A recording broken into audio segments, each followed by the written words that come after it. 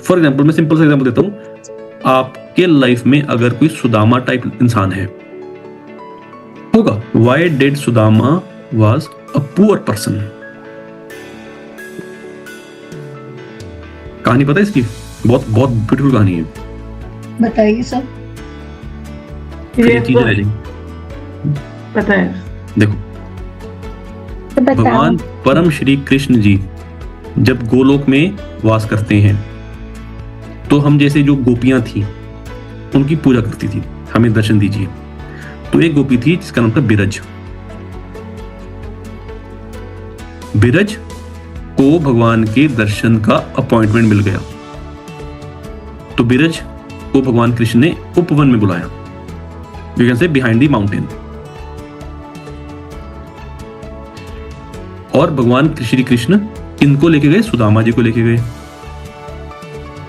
सुदामा जी और कृष्ण जी गए और उन्होंने बोला सुदामा जी को कि मैं बिरज को मिलूंगा, कोई भी आए तो डिस्टर्ब मत करना। Sudama ji said okay. तो पैरेलली तुलसी को भी ये चीज पता चल जाती है कि भगवान कृष्ण चट्टान के पीछे गए हैं बिरज से मिलने, तो मैं भी उनको दर्शन पालूंगी। तो ये तुलसी जो है वो सज सवर के जाती हैं। और क्या होता है, अब सुदामा के पास पहुंचती हैं, सुदामा चट्टान के बाहर खड़े होते हैं एज ए पहरेदार। तो तुलसी को बोलती हैं, तुलसी बोलती हैं कि मेरे को अंदर जाना है, मेरे को अंदर जाने दीजिए। सुदामा बोलते हैं नहीं, प्रभु का आदेश है तो मैं आपको अंदर नहीं जाने दूंगा। तुलसी बोलती है ऐसे कैसे, मैं इतनी सच सवर के आई हूँ, मेरे को तो भगवान कृष्ण से मिलना है, मेरी बरसों की तपस्या है। सुदामा बोलती हैं कुछ समय तक मेरे को भी प्रभु मान लीजिए, जब तक वो आएंगे अपने बिरज से मिलके उनके बाद मिल लेना, इतने आपका भी जो एक जो वेटिंग पीरियड है वो भी इजी हो जाएगा। तो चलो इन दोनों में बातें शुरू हो गई, थोड़ा बहुत प्रेम प्यार भी शुरू हो गया। अब इसमें क्या होता है ना, इसमें राधा रानी जी भी पिक्चर में आती हैं। राधा रानी कहती हैं कि कृष्ण जी इतना टाइम हो गया अभी तक नहीं आए हैं, तो वो पीछे पीछे जाते जाते यहां तक पहुंच जाती हैं। अब सुदामा और तुलसी अपनी चिट चैट में बिजी होते हैं और राधा रानी पूछती हैं सुदामा से, सुदामा यहाँ पे कृष्ण जी आए हैं, ये इग्नोर मार देते हैं। फिर तुलसी से पूछती हैं, तुलसी यहाँ पे भगवान कृष्ण आए हैं, ये भी इग्नोर मार देती हैं। Ignore is which planet? Rahu, illusion. अब राधा रानी थोड़ा गुस्से में पूछती हैं, सुदामा क्या हुआ, आप आंसर क्यों नहीं कर रहे हो? जैसे मैं पूछ लेता हूं कभी कभी, क्या हुआ, नोट्स कहां गए आपके? तो फिर आप बोल देते हो गलती से राहु अगेन। नहीं राधा रानी जी, नहीं महारानी जी, भगवान श्री कृष्ण यहाँ पे नहीं आए। तो कोई बोल देता है मैं यहाँ बिजी था, मैं वहां बिजी था, मेरे नोट्स हो गए पर मैं कॉपी नहीं कर पाया या फोटो नहीं खींच पाया। Again Rahu comes in the picture. तो उसी समय भगवान श्री कृष्ण बाहर आते हैं, तो राधा रानी को देख के बहुत गुस्सा आता है, जैसे कभी कभी मेरे को आ जाता है कि आपने नोट्स क्यों नहीं दिए अभी तक बना के। फिर चलो राधा रानी तो भगवान है, फिर वो सुदामा पे बहुत गुस्सा करती हैं कि आपने, अच्छा उससे पहले तुलसी को भी देखती हैं कि भगवान कृष्ण अंदर हैं, तो तुलसी भी डर के मारे हाँ बोल देती है, हाँ जी मतलब अंदर नहीं है, सॉरी। तो तुलसी और सुदामा दोनों राहु के घेरे में आके इल्यूजन कि चलो हम बच जाएंगे, अपने आप को सेव करने के लिए झूठ बोल देते हैं। Rahu comes again. Now Radha Rani gets very angry, very furious, very frustrated. आपने गोलोक में रह के झूठ कैसे बोला, राहु का इस्तेमाल कैसे किया, जबकि ये तो जुपिटर है। Now what happens, Radha Rani cursed Sudama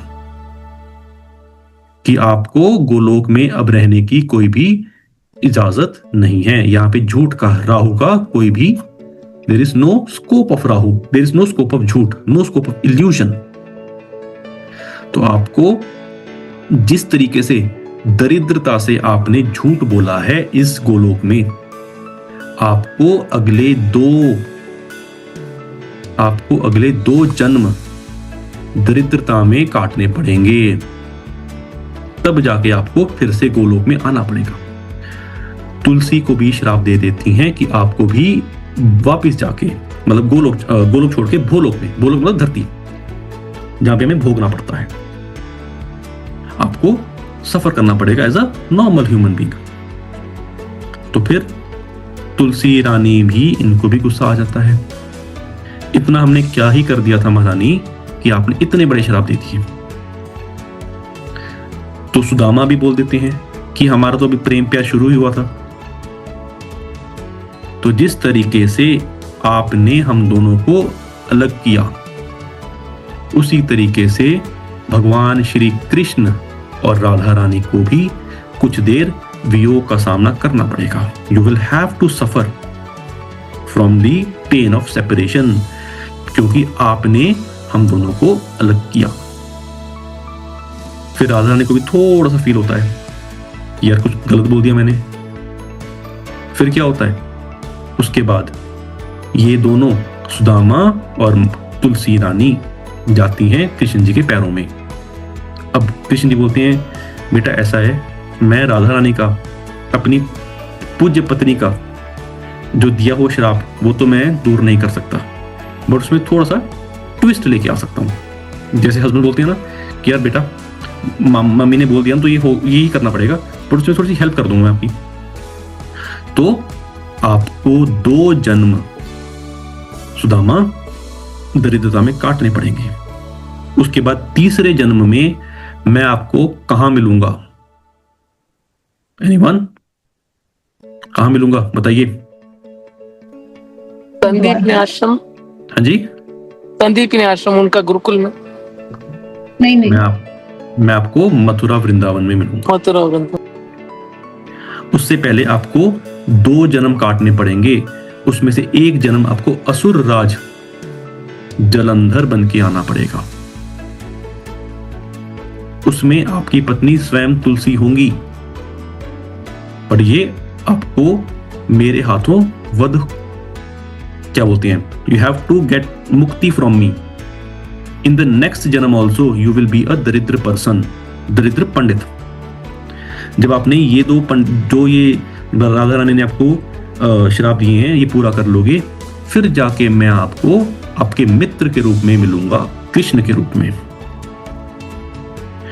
तो एक थे जालंधर। जब जालंधर और तुलसी का विवाह हुआ तो जालंधर ने बहुत तपस्या करी। जब वो भगवान ब्रह्मा जी से उन्होंने वरदान पाया, वरदान पाके वो सबको परेशान कर रहे थे, और उनके पास एक ऐसा वरदान था जो सिर्फ केवल श्री कृष्ण ही उसको खत्म कर सकते थे।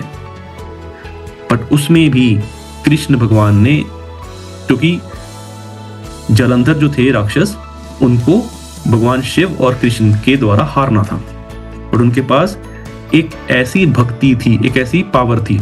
कौन सी पावर? तुलसी नाम की पावर।